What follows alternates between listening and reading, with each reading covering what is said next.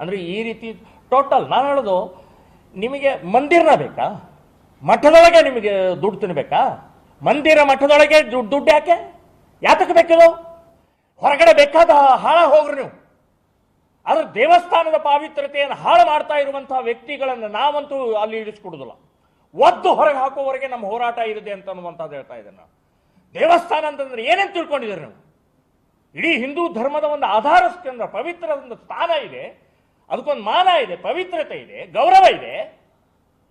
ಮಂದಿರದೊಳಗೆ ಈ ರೀತಿಯ ಅನಾಚಾರ, ಮಂದಿರದೊಳಗೆ ಈ ರೀತಿಯ ಭ್ರಷ್ಟಾಚಾರ, ಮಂದಿರದೊಳಗೆ ಗುಂಡಾಗಿರಿ ಮಾಡ್ತಾರೆ ಅಂತಂದ್ರೆ ನಾವು ಇದನ್ನು ಒಪ್ಪಕ್ಕೆ ಸಾಧ್ಯನೇ ಇಲ್ಲ. ಮುಂದಿನ ದಿನಗಳಲ್ಲಿ ಇನ್ನೂ ದಾಖಲೆಗಳಿದ್ದಾವೆ, ಇನ್ನೂ red hand ಸಿಕ್ಕಂತ ದಾಖಲೆಗಳಿದ್ದಾವೆ.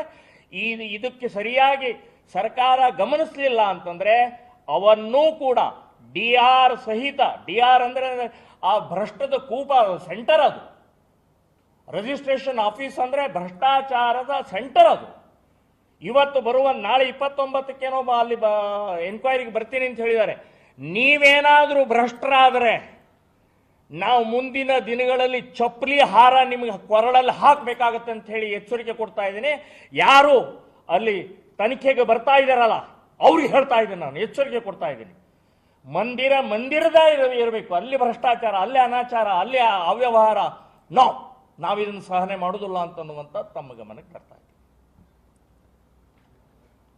29ಕ್ಕೆ deputy registrar inquiry ಬರಾಕತ್ತಾರೆ.